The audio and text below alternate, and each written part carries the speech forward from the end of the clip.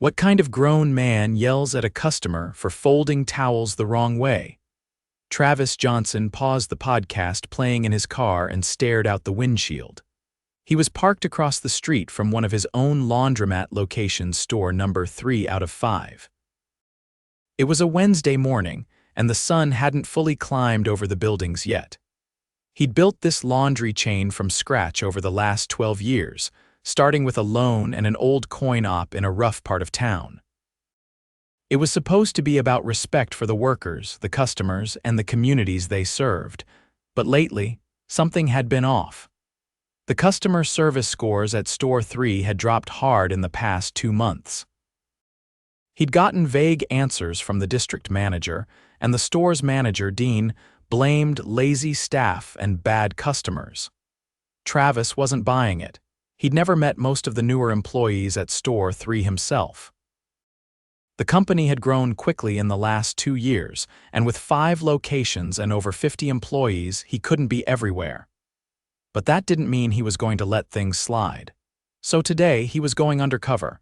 He'd shaved his beard, dyed his hair darker, and wore thick-rimmed glasses.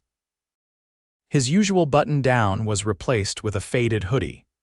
He walked with a slight limp, an old trick learned from a friend in theater school, and introduced himself as Tommy, a temp hired through a cleaning staffing agency. The store manager had supposedly requested help for the week due to being short-staffed, claiming 2 part-timers had just quit, and 1 full-timer was on medical leave. When he walked into the laundromat, no one looked twice at him. The place smelled like bleach and dryer sheets. The automatic doors hissed shut behind him. Behind the counter was a slim guy with slicked-back hair scrolling through his phone. He didn't look up. Travis cleared his throat. "Hey, I'm the temp, Tommy, from West Side Staffing." The guy finally looked up, annoyed. Yeah. "I guess Dean mentioned something. Go ask Becca what to do." Travis blinked. "Becca," the guy jerked a thumb toward the back, where a girl in her 20s was folding towels near the industrial dryers. She had her hair tied in a long braid, and her sleeves were rolled up past her elbows. She looked focused, not even glancing up when a dryer buzzed behind her. He walked over. "Hey, Becca," she looked up, eyes narrowing for a second. "Yeah, I'm Tommy, the temp." Her expression softened. "Oh, sorry, you just startled me." Dean didn't say anyone was starting today. "Yeah, not surprising," Travis muttered. She gave a small smile. "All right, come on, I'll show you the ropes. We're slammed today." Over the next few hours, Becca walked him through the basics: sorting, folding, delivering pickup orders to the front. She worked fast but with care. She didn't just fold clothes, she double-checked tags, repacked laundry bags to make sure nothing got crushed, and even wiped down the machines between loads. "You always do this much?" Travis asked. Becca shrugged. "I try to. If I don't, nobody else will." She glanced toward the front desk. "Troy hasn't left that chair all morning." Travis glanced over. The guy behind the counter, Troy, was now watching videos with the volume up. Customers came and went, mostly ignored. Around noon, a woman walked in with a small pile of damp clothes. She looked nervous, her eyes darting between the machines. "Excuse me?" she asked gently. Troy didn't move. The woman tried again. "Sorry to bother you. I just need help changing the setting on this washer." "It's not starting." Troy finally looked up. "Ma'am, it's a washer. Push the button." "I did. I think it's broken." He let out a sigh, stood up, and walked over. Travis stepped aside, watching. Troy fiddled with the buttons, then turned to her. "Listen, lady, maybe you should stick to hand washing if machines confuse you." Becca stopped mid-fold. The woman's eyes went wide. Travis straightened. "Hey, that wasn't necessary." Troy looked at him. "Who asked you, temp boy?" Becca stepped forward. "Troy, come on," but Troy wasn't done. "I don't get paid enough to babysit every clueless customer that walks in here." Travis looked at the woman. "Ma'am, I'm sorry, I'll fix the washer. You didn't do anything wrong." She looked shaken, and that's when Travis made a decision. He turned to Troy. "You're done." Troy blinked. "What?" "I said you're done. Clock out. You can't fire me." "You're a temp." Travis reached into his hoodie and pulled out a folded ID. It had his real name, his real photo. "I'm Travis Johnson," he said. I own this place. Silence. Becca's mouth fell open. Troy just stared, pale. You insulted a customer in front of everyone, Travis said. That's not who we are. You're out. Troy stammered, but Travis didn't flinch. He pointed at the door. Now. Travis stood still for a moment after Troy stormed out, the glass door swinging shut behind him with a hollow thud. The woman he'd insulted was still near the washer, holding her arms tightly across her chest. She looked like she couldn't decide whether to leave or cry. Travis walked over to her gently, keeping his voice low. I'm really sorry about what just happened, he said. I'll make sure the washer's working for you, and your next wash is on us. She nodded quietly, not meeting his eyes. Her hands were trembling as she handed him the card she'd been using. He didn't ask her any more questions, just fixed the settings, started the wash, and left a printed voucher on the folding table with a handwritten note. Free wash. No expiration. Back near the sorting station, Becca was collecting the towels that had fallen when she dropped a stack earlier. She wasn't looking at him. You okay? Travis asked. She gave a slow nod. Just didn't expect that. I didn't either, he said. How long's he been like that? Becca hesitated.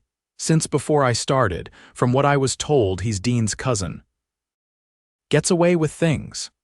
Travis felt a dull pressure behind his eyes. Was Dean here this morning? Supposed to be in by noon. She checked the clock. He's late. Travis looked around. The waiting area had 3 customers, 2 of them reading, 1 staring at a flickering ceiling light. A dryer beeped behind them and Becca moved to grab the contents. I'll help, he said. No offense, she muttered, but you probably don't know how to fold hospital gowns. He smiled. Try me. She handed him one. Seams inside, fold twice lengthwise, then try fold. They're for the clinic down the street. They'll send it back if anything's off. He followed her instructions. She checked his first 2 folds, then gave a small nod and passed him more. They worked in silence for a while, the rhythm of folding and stacking filling the space between them. The buzz of machines and the occasional chime of the door were the only interruptions. At 12:30, Dean walked in wearing sunglasses and carrying a smoothie cup. He didn't notice Travis at first. Becca, where's Troy? He asked, loud and annoyed. Becca glanced at Travis, then stepped aside. Gone, Travis answered. Dean pulled off his sunglasses. Who are you? Travis raised an eyebrow. You approved my temp shift through West Side. Dean squinted, then recognition flickered across his face. No way. Travis pulled off his glasses. Way? Dean's mouth moved, but no sound came out at first. Then he laughed nervously. Okay, I guess this is one of those surprise visits, huh? What, you trying to catch us slacking? I didn't have to try very hard. Dean's face tensed. Look, I didn't know Troy was being like that. If he was out of line, I'll talk to him. He's already gone, Travis said. Permanently. Dean blinked. You fired him? I did. Becca had gone back to folding, but she was listening. Her hands moved automatically, but her eyes didn't leave the 2 men. Dean's smile twitched. I mean, he had a rough tone sometimes, but he's family. You know how it is. No, Travis said. I don't. Dean shifted his weight. All right, I'll adjust the schedule. We'll manage. How? Travis asked. You've got Becca and 1 other part-timer. With Troy gone, you're down to 2. You told the agency you were short-staffed already. Dean looked irritated. Listen, I've been covering when I can. I'm doing my best here. Travis didn't respond right away. He stepped behind the counter, opened the staff schedule binder, and flipped through the last 3 weeks. Dean hadn't worked a full shift in over 10 days. Half the time, he logged partial hours with no supporting notes. On multiple days, it was just Becca and the evening shift cleaner. Travis closed the binder slowly. Becca, he said without looking up, when was the last time you had a full day off? She answered without hesitation.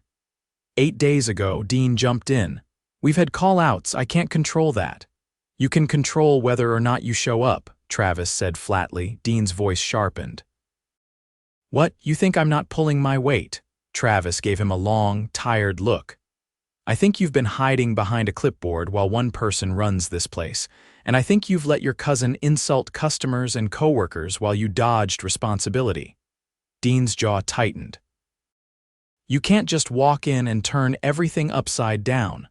I built this from the ground up, Travis said. I can do whatever it takes to protect it.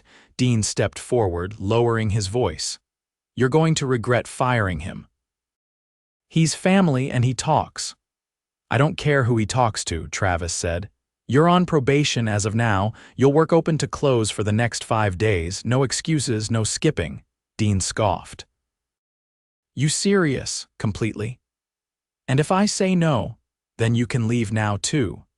Dean stared at him, then glanced toward Becca, who was still at the folding table, folding faster than necessary. Finally, he muttered, "Fine," and walked into the back without another word.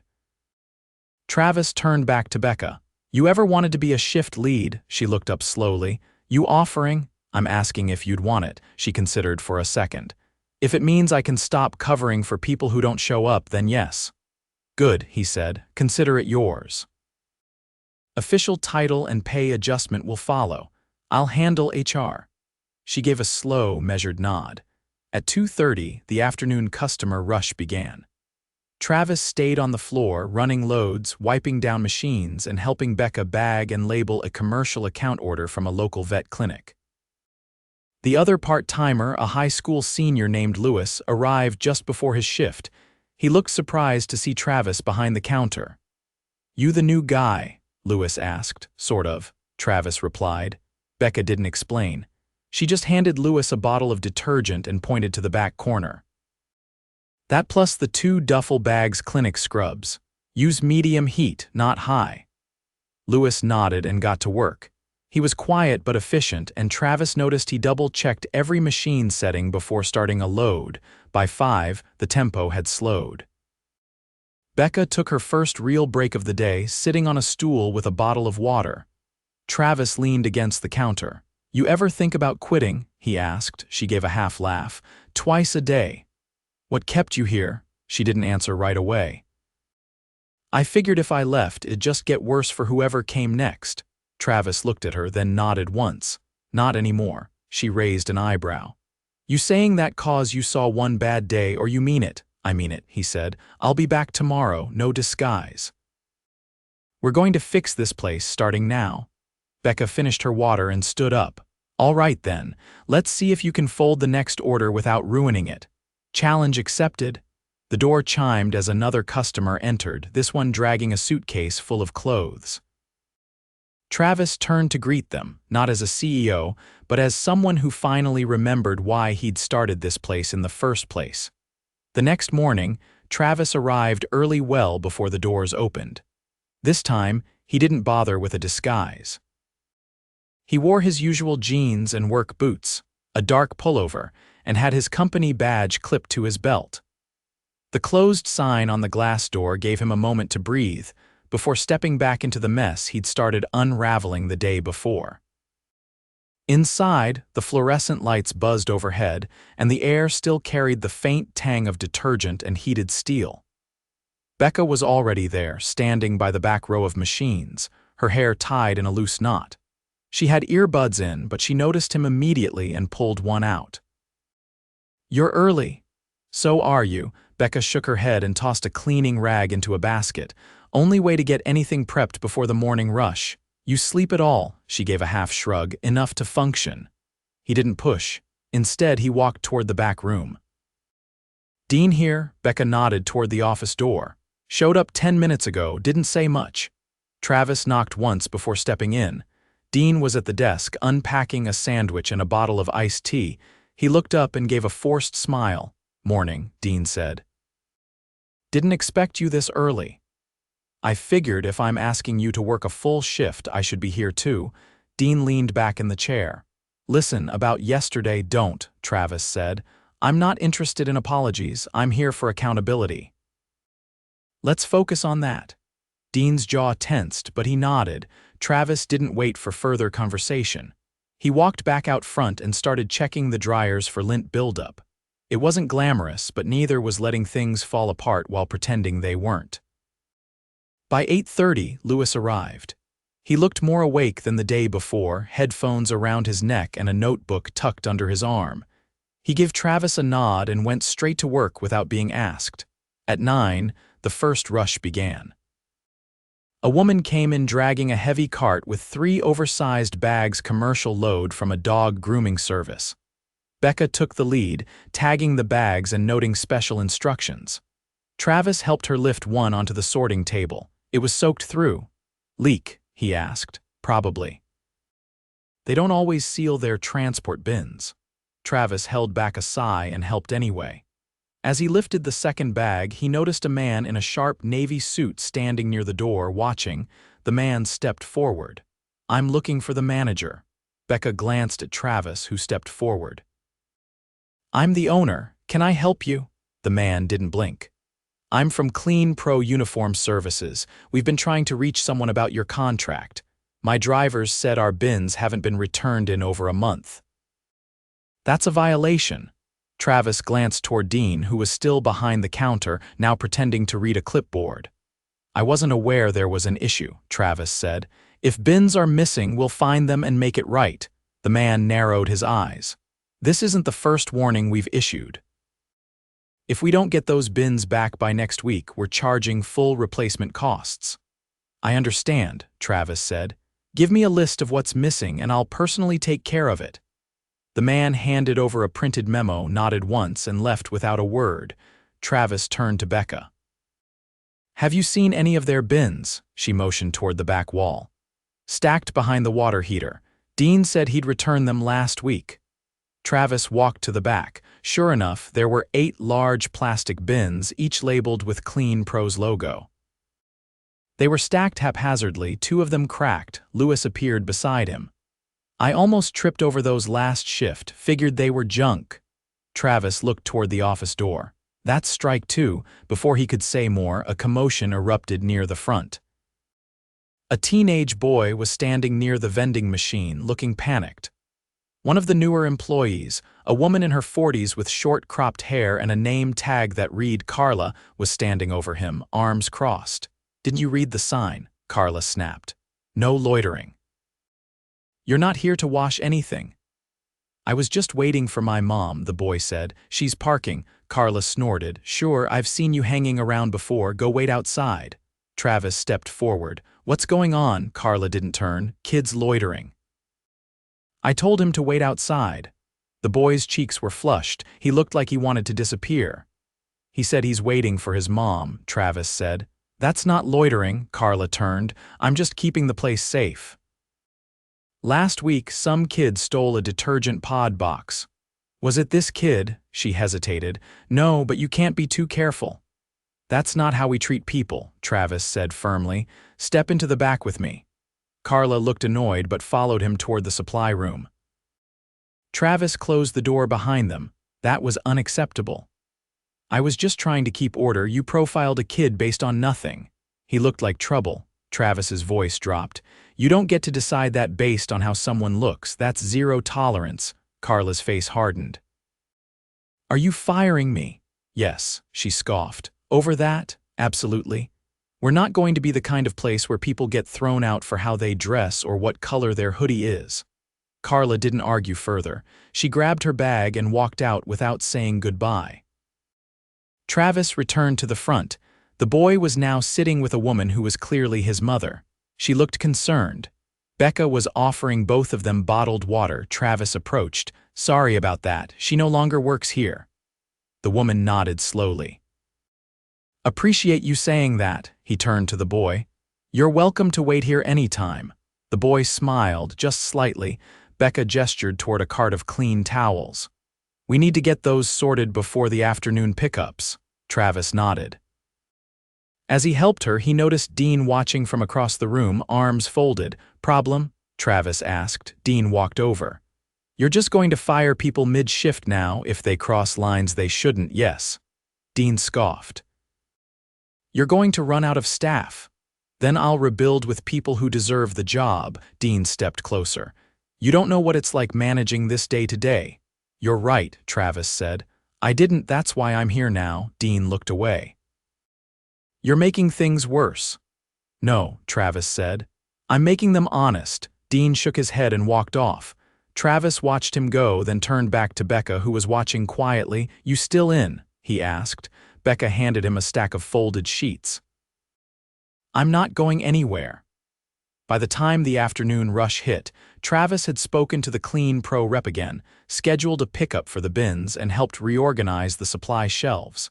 He made a list of broken carts, dented hampers, and missing labels, things no one had reported. At 5, he asked Becca to lock up early. She hesitated. Just for an hour, he said. We need to talk as a team. Louis and Becca sat near the front while Travis stood by the counter. Dean lingered at the back, arms crossed. Travis looked at them. I opened this place to serve people. That includes you. Somewhere along the way, I lost sight of what was happening inside these walls. No one spoke. That's on me. But now that I see it, I'm fixing it. This location is going to be the standard, not the exception.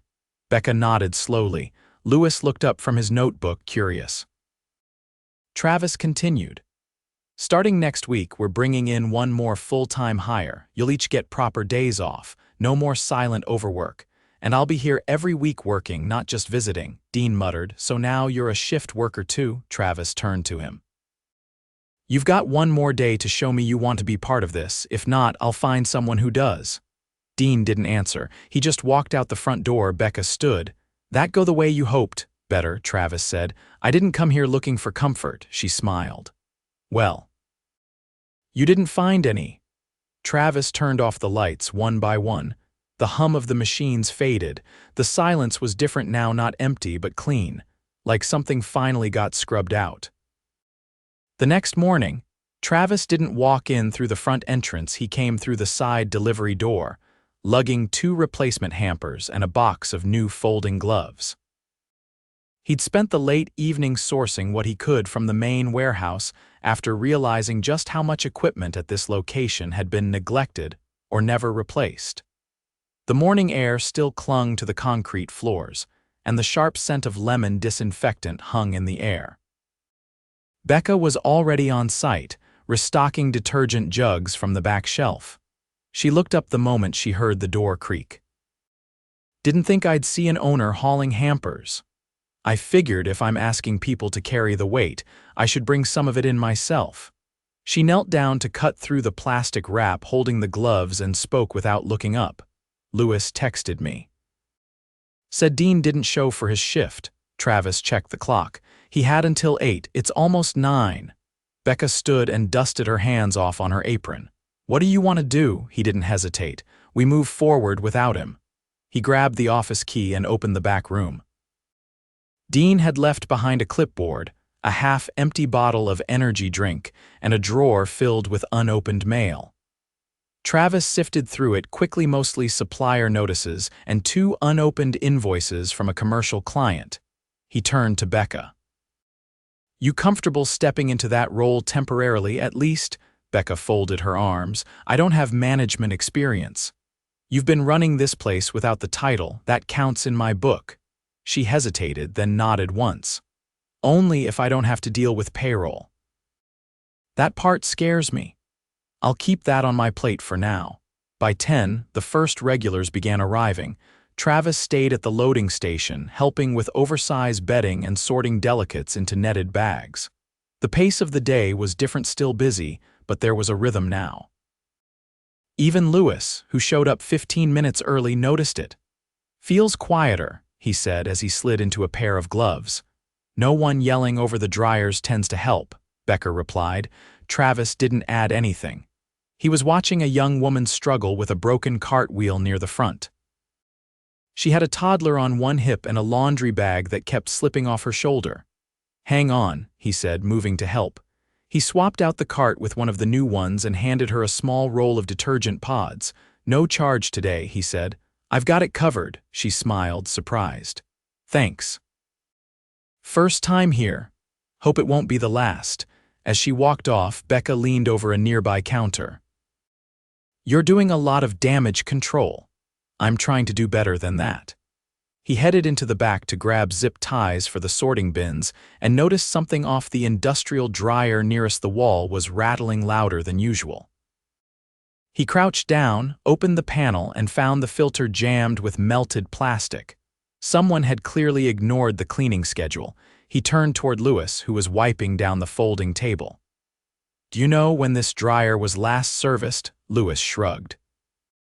I don't think anyone's looked at it since I started. That was over a month ago. Travis unplugged the machine and taped a handwritten sign to the front. Out of order until further notice, do not use.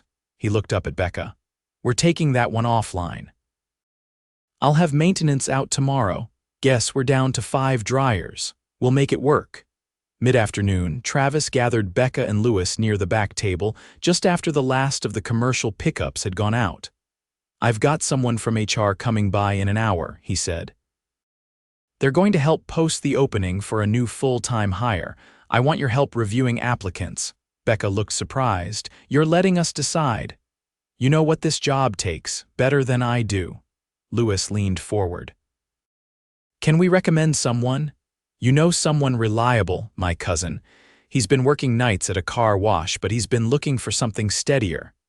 Tell him to come in tomorrow. We'll do an on-the-floor trial. Becca raised an eyebrow. You trust us to make that call. I trust you to know what this place needs to run right. The automatic door opened, and a man in a clean pro delivery uniform stepped inside, clipboard in hand. Pick up for the bin return, Travis nodded. In the back. 8 total, 2 cracked. The man tilted his head. You're the owner? Yeah, we don't usually get owners calling to fix this kind of stuff. I don't usually have to, Travis said. But I'm trying to change what usual means around here. The man gave a small nod, wheeled the bins out and left without fuss. By 4, the store had quieted. The last loads were drying and Becca was reviewing the schedule on the office computer. Travis sat across from her, rubbing his temples. You all right? She asked. Just thinking through what comes next, she looked at the screen. We still need someone for the Saturday shift. Louis can't do evenings. I'll fill it, Travis said. Becca looked up. Seriously, I said I'd be here. That includes weekends. The silence that followed wasn't uncomfortable, it was steady. At closing, Travis walked the floor with her. They checked each machine, wiped down the counters, and restocked the coin dispensers. When they reached the back door, Becca locked it and handed him the key. You want this back in the safe? No, he said. It's yours now. You're the floor lead. She took it without a word, thumb brushing the worn brass edge. Outside, the sky had turned a soft orange. Louis was already gone and the street was quiet. Travis stood on the curb while Becca checked her phone. I'll be here at 7 tomorrow, she said. I'll bring breakfast. Not if it's gas station burritos. Fine, real food, eggs, maybe pancakes. She smiled but didn't respond. As she walked toward the bus stop, Travis watched her go. He didn't feel triumphant. He felt grounded. Like something had finally been set back on its tracks. He turned, looked up at the building, just a simple laundromat on a busy street, and locked the front door behind him. Tomorrow, they'd do it all again. And this time, it would be the kind of place he'd meant to build from the start.